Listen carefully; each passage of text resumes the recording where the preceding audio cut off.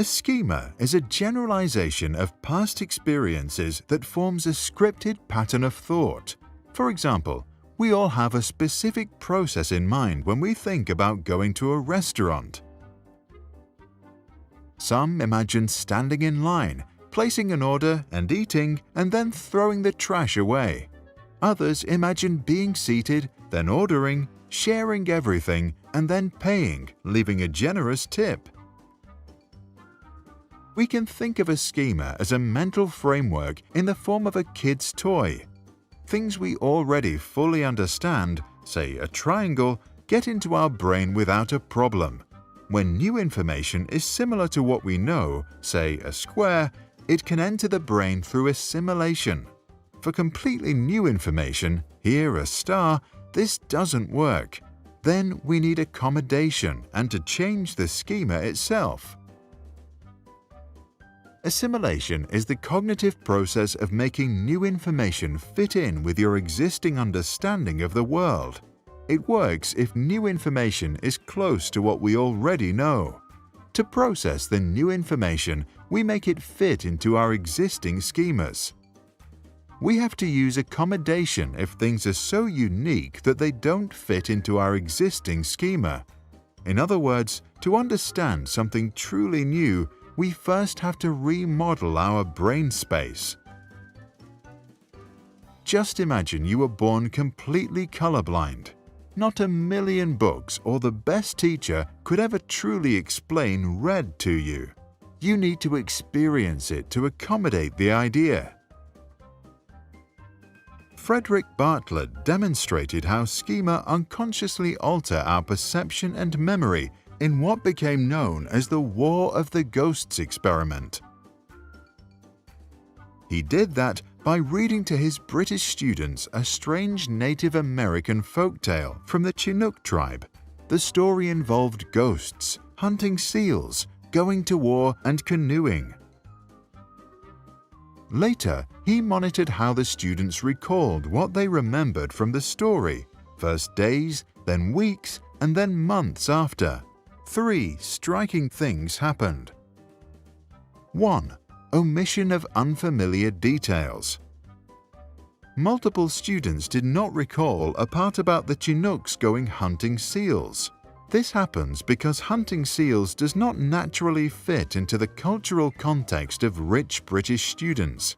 In other words, they do not have an existing schema for this kind of information.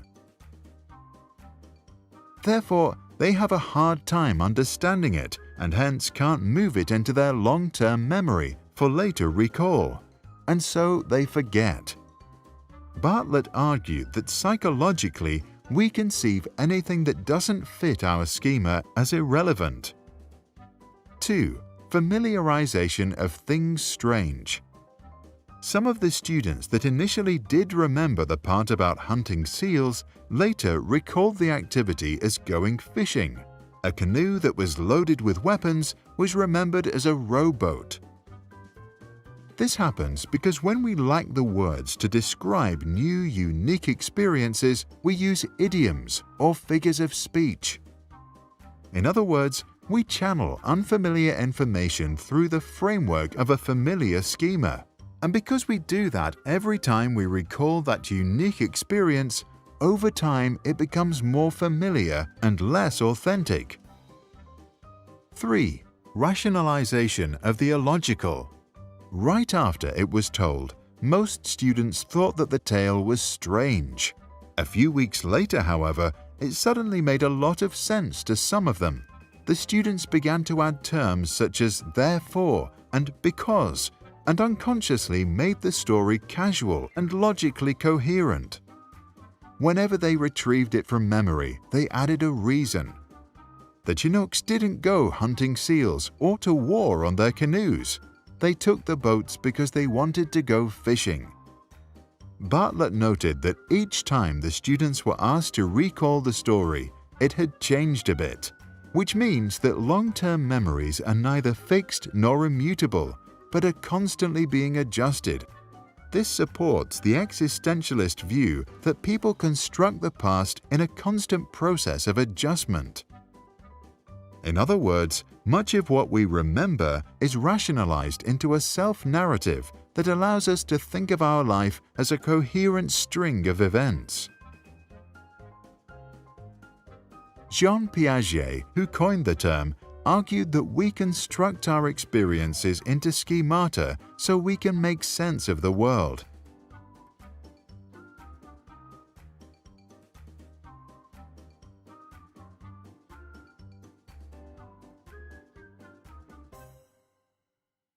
Sprouts videos are published under the Creative Commons license. That means our videos are free and anyone can download, edit, and play them for personal use.